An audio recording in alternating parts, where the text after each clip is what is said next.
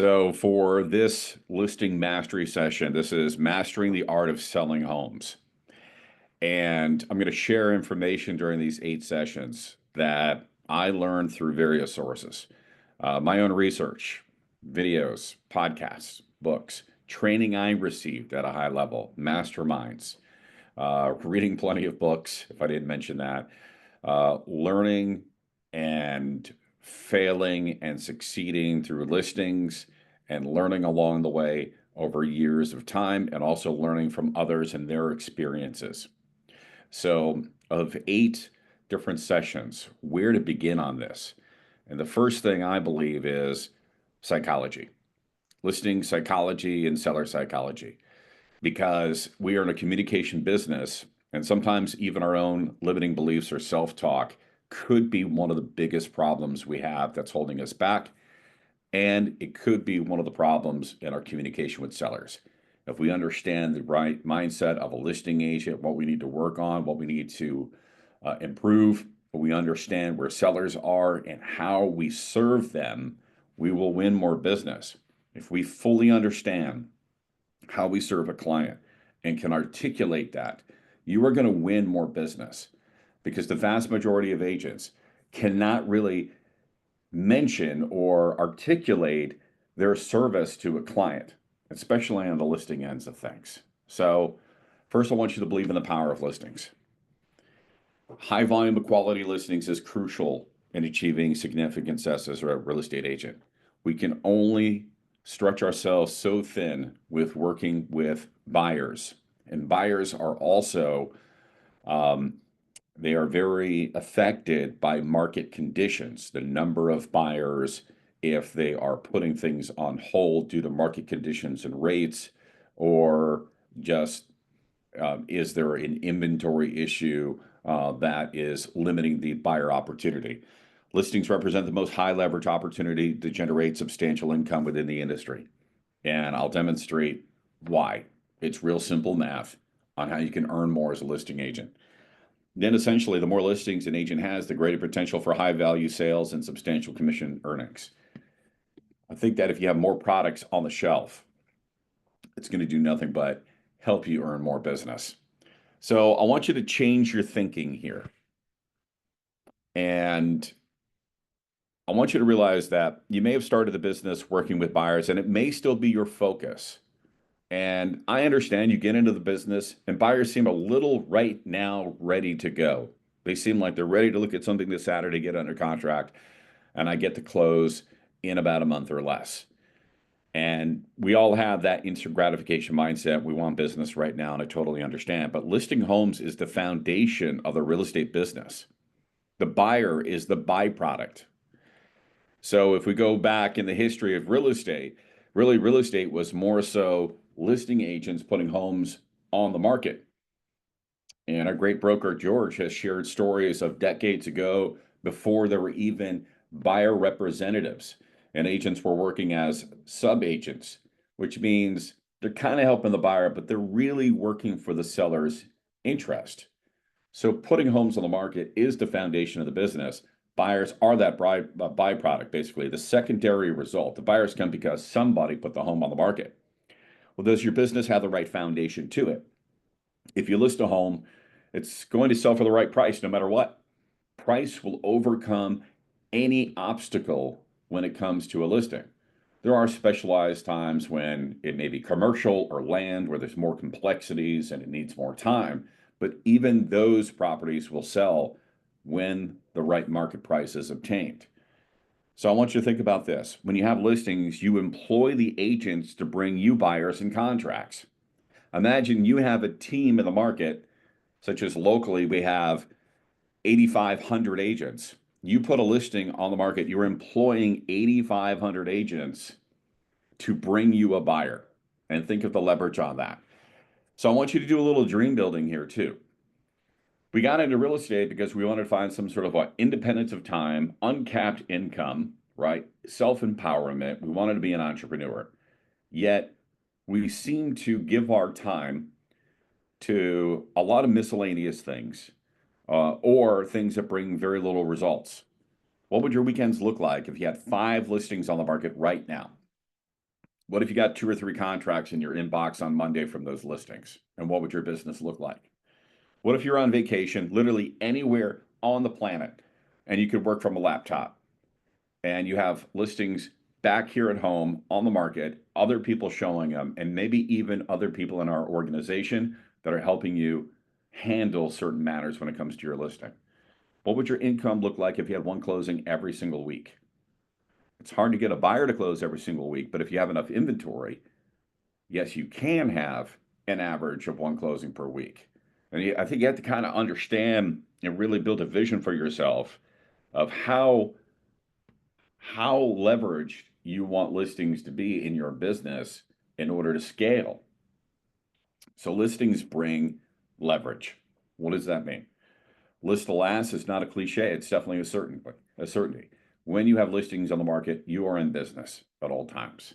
It creates more predictable income, better control of your time, and longevity in real estate.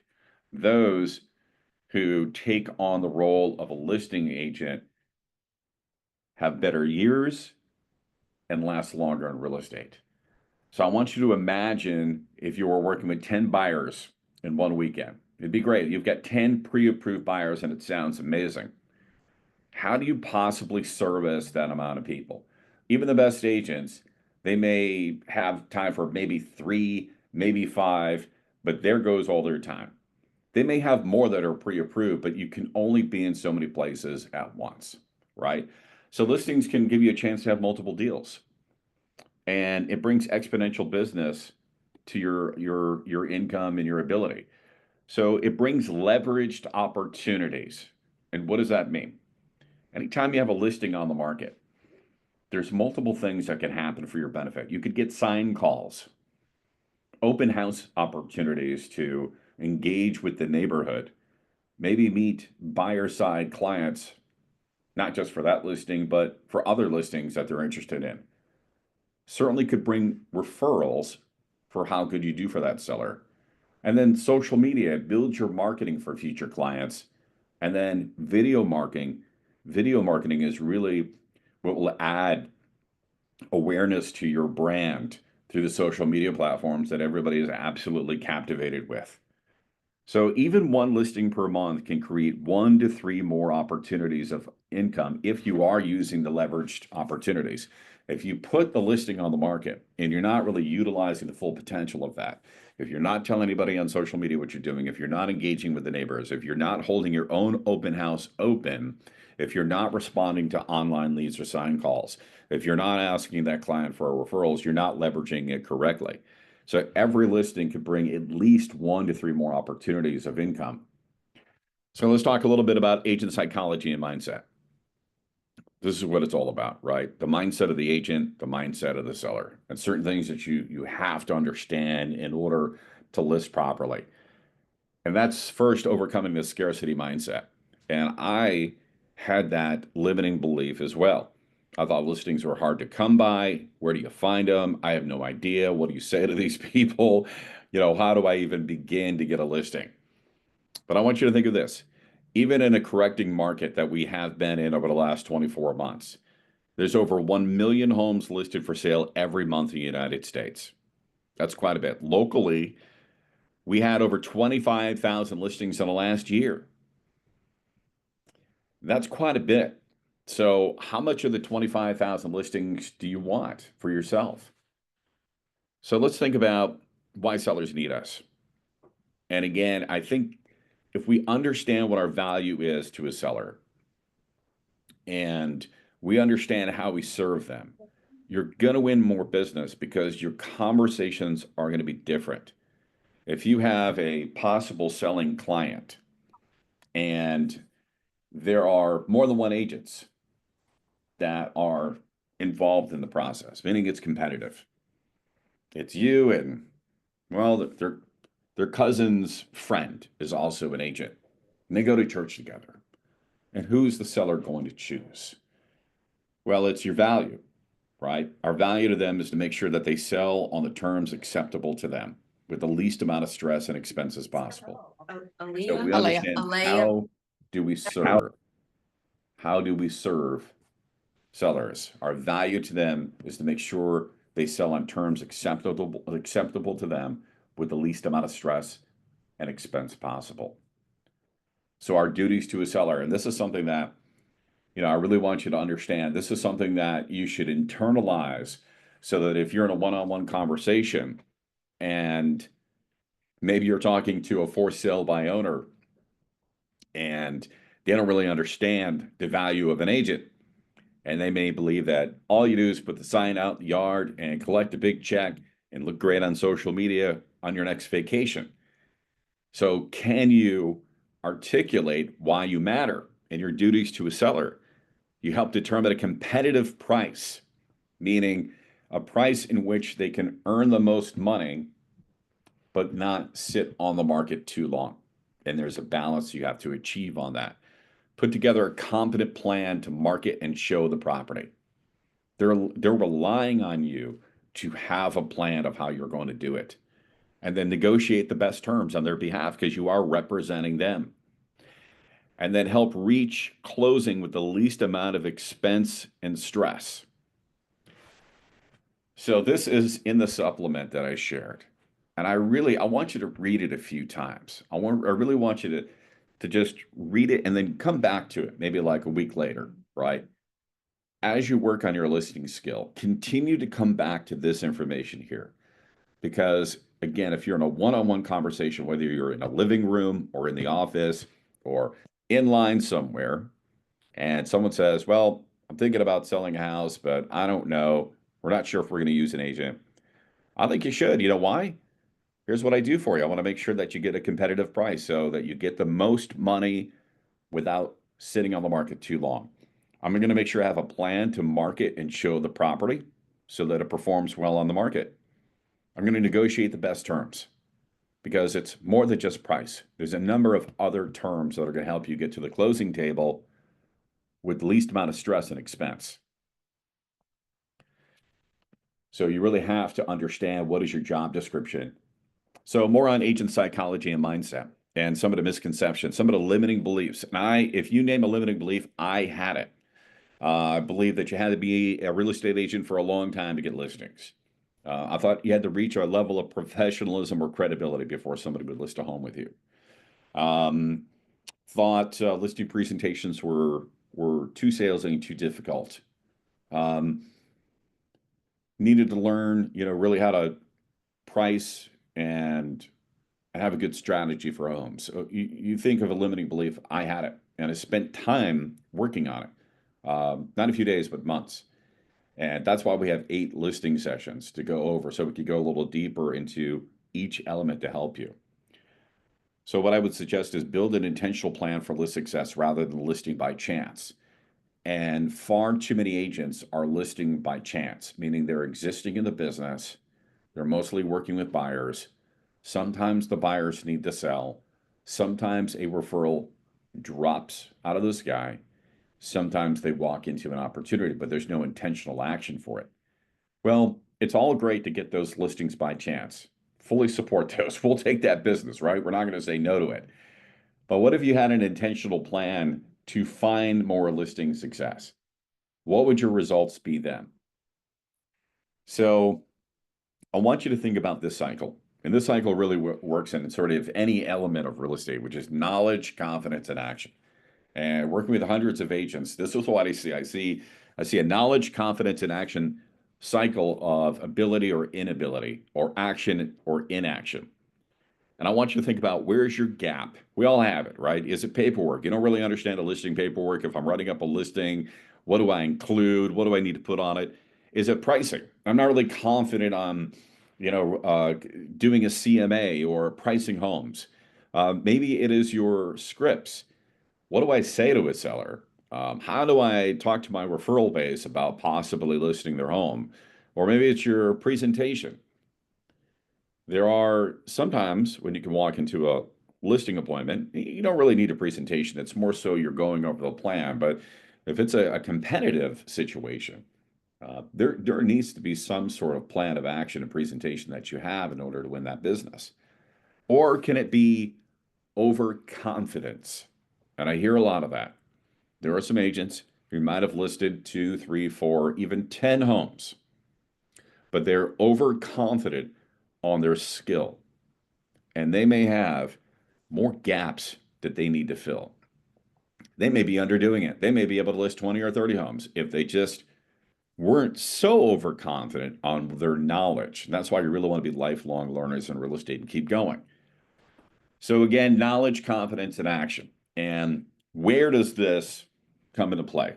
Well, if you're not in action with an intentional plan to get listings now, it might be because you're not so confident. Well, why wouldn't you be confident? Because you need more knowledge.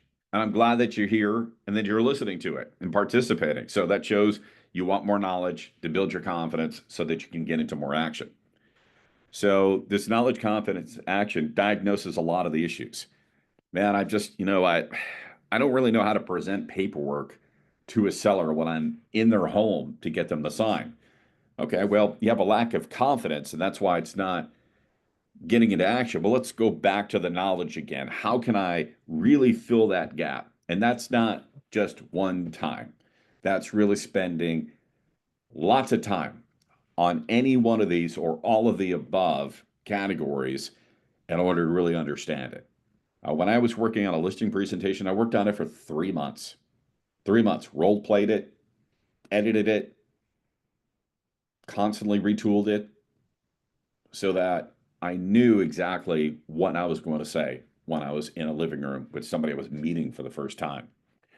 So I want you to think about this too and having the right mindset of a listing agent. A listing agent is a project manager and brings a plan to execute a successful sale. You are definitely the leader of what's happening on this listing. Sellers want leaders. They want somebody to come in, help them with their price. They want somebody to have that competent plan of action. How is this going to be marketed? How is the property shown? When do you put the sign out? How do people get into my house? Do I need to leave? What should the house look like? When I get an offer, what should I accept? When we're under contract, who's going to help me close it? What if they ask for repairs? Will I need a contractor? Should I make those calls myself? Should I call the closing attorney myself? Should I be making those calls now? When should I move out? As you can see, the sellers have nothing but questions, and they need a project manager who's got the plan of action from the time the sign is in the yard and the pictures are taken to the closing table. But again, I don't want you to lack confidence, all right? Let's go back to knowledge, confidence, and action. When I say that, and it feels like it's a lot, and yeah, it is, but this is going to raise your game and it's going to raise your skill. So I want to build your confidence by getting more knowledge and all of that entire process, so that you get into action. And when you have that knowledge, you're going to be among the top in the industry. You're not going to be in the top 50%, not even the top 25. You're going to be in the top 5% in real estate, because there are some who do have moderate success in real estate and really don't know what they're doing. If you know what you're doing, you're going to be top 5% locally and nationally. So I challenge you to raise your level of professionalism. What sets you apart that gives them value? Each one of us has something unique about us that is our superpower. We don't need to be clones of other agents, right? There are things that you have to be pretty well rounded on as far as knowledge, but each of us has a particular superpower. What is it? If you don't have a lot of stats and sales, you can lean on, if you're on a team or the firm's success, to help you as far as some of the data, selling $1 billion worth of homes, 5,000 homes, and all those sort of numbers that really surprise the seller. Wow, you sell a lot of homes, right? You're a part of that industry. Well, is it your strength as a communicator? And that's important. Maybe it's marketing. Can you explain your marketing details? You know how to stage a home properly, make sure that the professional photos look great, and to make sure that it looks great online. And you're going to have a walkthrough video. You're going to do a video for social media. How can you articulate that to a seller? So if you're not a monster on stats, or maybe you're not the greatest negotiator, maybe you can hang your hat on marketing, or how you have open houses for your listings and really engage the neighborhood to participate in the sale. So how can you raise your level of professionalism and have your unique value proposition? So Let's talk about sellers here a bit. Now, why would they choose you? Whether it's a one-on-one conversation because they were referred to you, or maybe there are a number of agents that they're going to meet with. A lot of it's going to come down to trust and competency. So you notice the number one thing on the list is not your stats or your awards. It's trust and competency. Do they believe in you and your plan? The sellers are going to buy you before they buy your services. They will buy you before your stats, before your plan, and before the company that you're with or the brand that you're with. They choose you. Do I trust this person? And they, WIIFM, they know what's in it for me, right? You take time to understand their needs and concerns. Top priority. Why are they moving? Where are they going? When do they need to be there? What do they want to move into next? And all of those help you diagnose and put together a plan of how to sell their house. So, what's in it for them? And it's not, again, your stats, your awards, or even your amazing plan, right? If you know why it matters to them and you keep that in your communication, it's going to build trust. And they're going to say, they really understand what we need. So your knowledge of the market will certainly help, right? The comparables that you found for a competitive price, the days on market. How often does a house typically sell in a neighborhood? And what's the absorption rate? How often do homes sell on a monthly basis within that home? Because there is a difference. If we're the only one going on the market in a neighborhood where typically 5 sell per month, or we are house number 10 going on the market in a neighborhood where 5 typically sell, and the time frames matter. So it's what is the absorption rate? How fast will this sell home? And it determines our pricing too. So how do you gain trust and competency? You convince them you understand their needs matter most. And I would challenge you to say that direct to a seller. Look, there's a lot of information I'm going to give you, Mr. or Mrs. Seller. We're going to talk about price, marketing, the plan to get this sold, how I communicate with other agents and you, and to make sure that we can negotiate the best offer, try to get this to the closing table with the least amount of stress and expense for you. But what matters most above all is your needs. And I want to know your time frame, what's important to you in this process, what questions do you have? How can you have an unbeatable conversation like that on the phone or in person with somebody?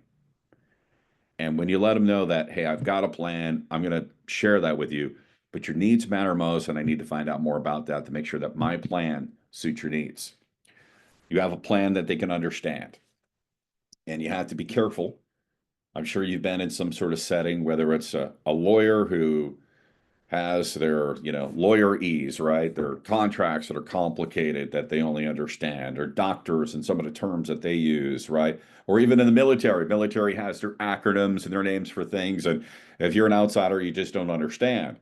Well, if you're using real estate language, you may not be speaking their language. So do you have a plan that they can understand and envision that you're going to help them sell their house? You come across professional with your appearance and your demeanor. So you want to make sure that you showed up prepared. It's not too last minute and you forgot to change your clothes after you left the gym, right?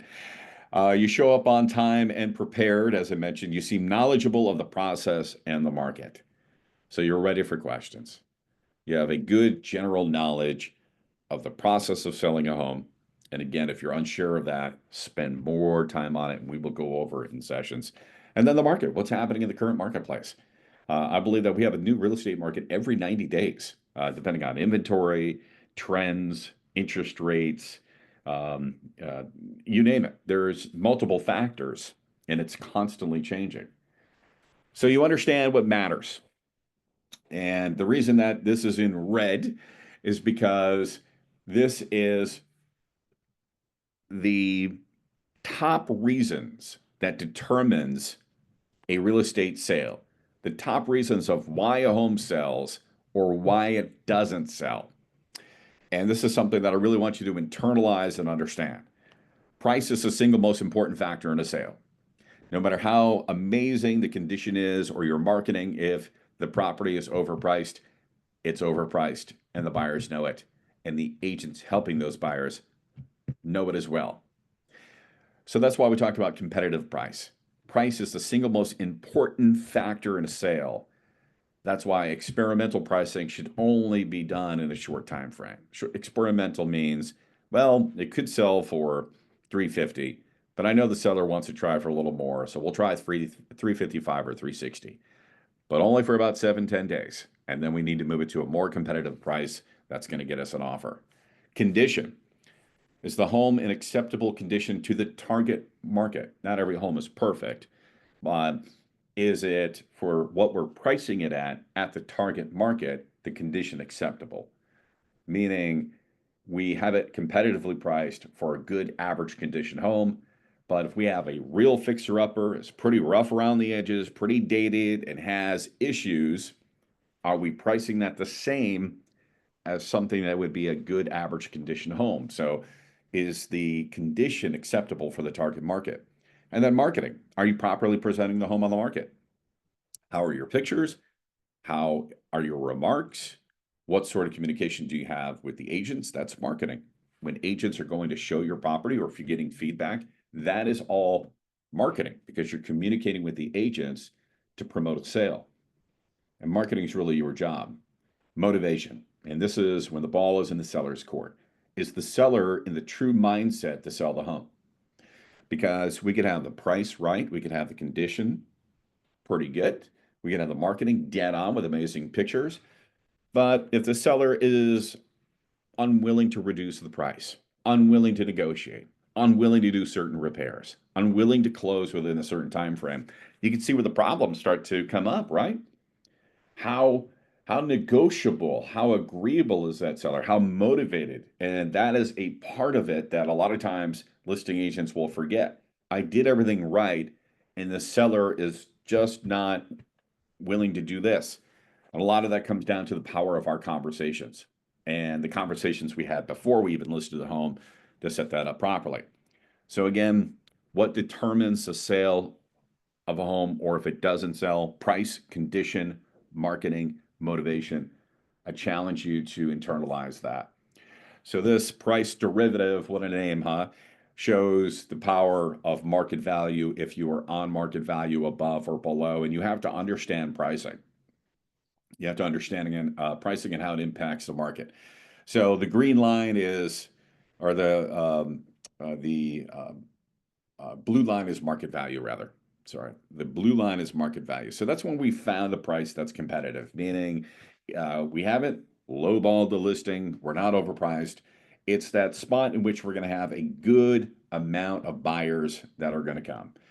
When you are up over market value, you can see on the right-hand side, the percentage of buyers, it starts to dwindle when you are above. If you are below market value, 10, 15%, an increased amount of buyers show up because they see value in the home. And it seems like simple economics, and it is.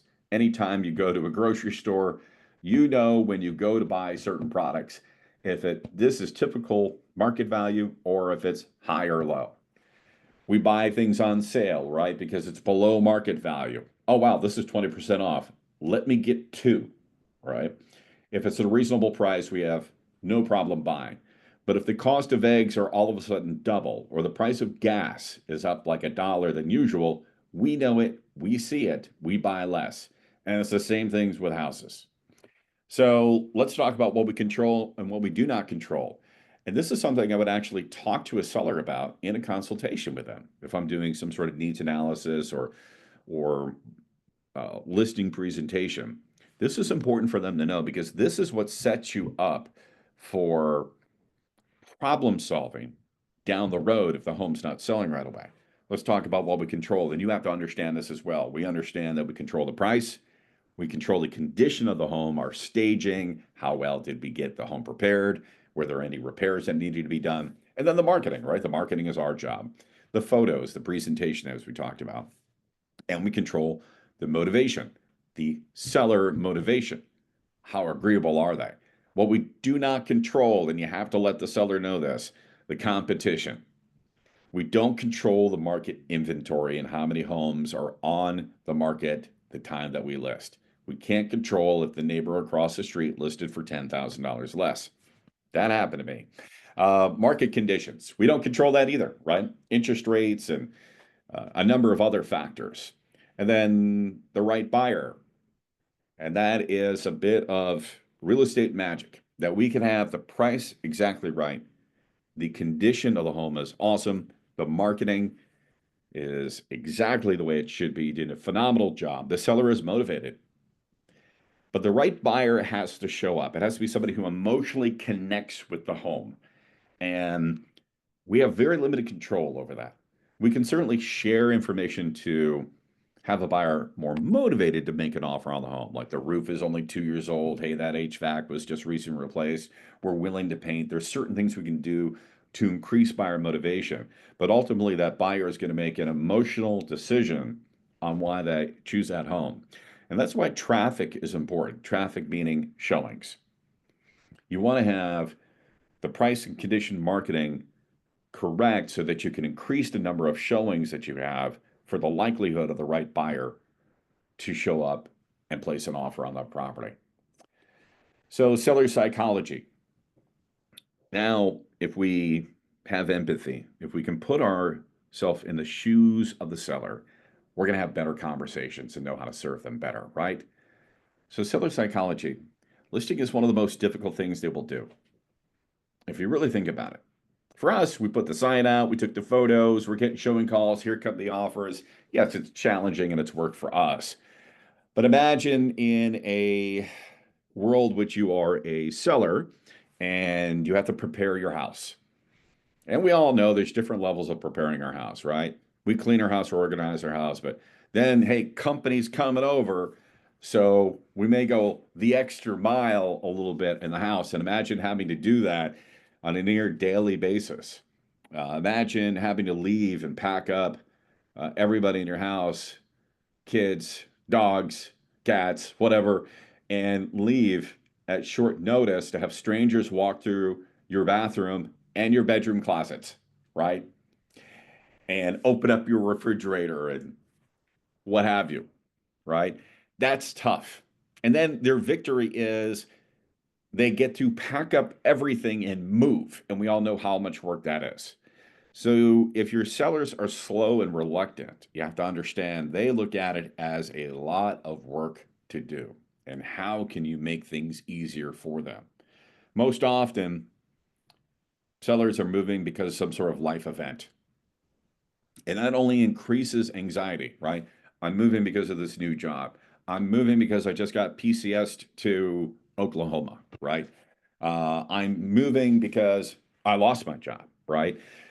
There's a number of things. It could be divorces, right? Divorces, diapers, downsizers, all those sort of things, those different categories. So you have the anxiety of the life event and then the difficulty of listing.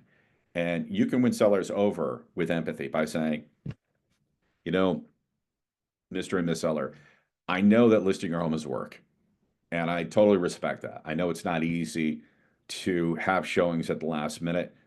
So here's why I don't want to overprice your home. I want to make sure it's priced competitively so we can have showings right away, get a contract as fast as possible within the average time on market, which is about 26 in the area, so that we're not doing this for 3 months with an overpriced home where you have to constantly clean the house, have it prepped and ready, and have strangers walking in last minute. That's my job, Miss Seller, is to make sure this is sold sooner rather than later, right? So you can use their own fear as motivating factors as to why you understand their needs and win business. Most sellers have an inflated opinion of value and overconfidence of buyer's interest, right? You talk to enough sellers and they're going to think that their home is worth more than it is because of what's sold down the street or what they saw on Zillow or what Zillow told them with this estimate or what some other agent told them. And you have to use the data of comparable sales and um, some other educational pieces to make sure that they understand that there is a market value for their house. There's a personal value that they hold on their house, but there's a market value for their house. And the market will tell us what the house is worth. And we will know if we're right or wrong. So they also have that overconfidence of buyer interest, right? They might have made some personal changes in the house and they think that buyers are going to absolutely love the fact that they painted their back wood deck red, white, and blue, right? Or they have a flagpole that's 30 feet tall in the front yard, right? So, we also have to find professional ways and tactful ways, I should say, to communicate with them that some of the personalization and certain changes in the house may not be so beneficial as they believe. So, this is important. Your data will help bring rationality. They have that opinion, that overconfidence. If it is what you think and what you believe, then it is a battle of opinions and beliefs. But if you have data, meaning examples of sales, examples of houses that sold and what they look like, pictures, things like that, typical things found in a CMA, competitive market analysis, that will bring rationality and help bring them down to earth of what their home is worth. More on seller psychology. Remember, when you can put yourself in the shoes of that seller, you're going to have a better experience, a better conversation to winning that business. You have to communicate that their home is a product to be presented to the customer. They have emotional feelings about their house, right? It could be full of memories, good memories or bad memories. And again, this is their cave, right? This is where they lived for a certain amount of time and they have, grown to most times love where they live. Sometimes they don't, right? But again, you have to educate them to think of this as a product that we're going to present to the market and that we need to make sure that it is presented at the right price and marketed correctly to build the most interest for the home as possible. And I would also caution you have to adapt your communication to the personality you are in business with. That's another thing is we don't control the personality of the other person. So we may have to adapt our communication on based off whether they like a quicker presentation, would they like more information and data in their presentation, or do they want something where they feel connected to you through trust and rapport, that you have somebody or they're in business with somebody who really has their back. And you have to figure out what lane is going to be appropriate. And just remember and accept this, that you are always the first to blame. So if the house doesn't sell, if another agent made a mistake, if there was something contractual that happened, you are the blame. So you have to be careful of sharing false promises. You do want to be realistic with the information that you share. And just understand that since you are closest to them as your representative, typically when they get emotional or anxiety builds, you're going to be the first to blame. And it doesn't mean that you're wrong. And I don't want you to take that personal. And I don't want you to get into a war with your seller. I want you to be able to shield yourself and understand that it's just that emotion and anxiety that's speaking. And then eventually that person will become rational again and you'll have a better conversation. So if you know who wants to sell, right? It's easier to find opportunities. The biggest secret is who wants to sell their house. So if you know who wants to sell, that's going to help you get there. So let's just spend a moment here on why will sellers list? And this is from recent surveys. Remember, the market's constantly changing. Why sellers wanted to move on from their property 2 years ago could be different than it is now. But most recent surveys said that 56% found other homes they prefer over their current one, more than half. They found another house they like better. It's as simple as that. There was a 2-year period where buyers were buying over list price, appraisal guarantees, buying without inspections, and we had the highest amount of buyer remorse after that 2-year period. As much as 70% of people regretted the home that they bought. They probably regretted what they paid for it, but there was a lack of inventory, lack of choices. And with lack of choices, they don't really get the home that they truly wanted, and the remorse is high. So I wouldn't be surprised. Among that 56%, they found something that was better than the first choice they were forced into. 55% want an upgraded home with better features. Yeah, that's, that's generally they want something better the second time around, right? Almost half plan to sell for a profit and use their home equity. So those are the ones who probably bought more than 2, 3 years ago and saw their prices increase and want to use that equity. And that's why letting people know that you are the go-to person to help them with their home value is great lead generation.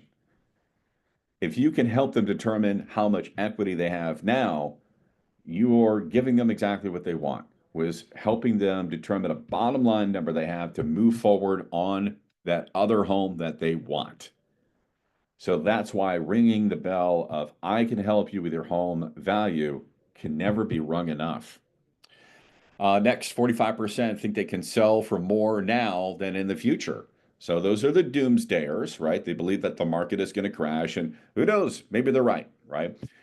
We all have a crystal ball, and it only works a couple of months in advance, right?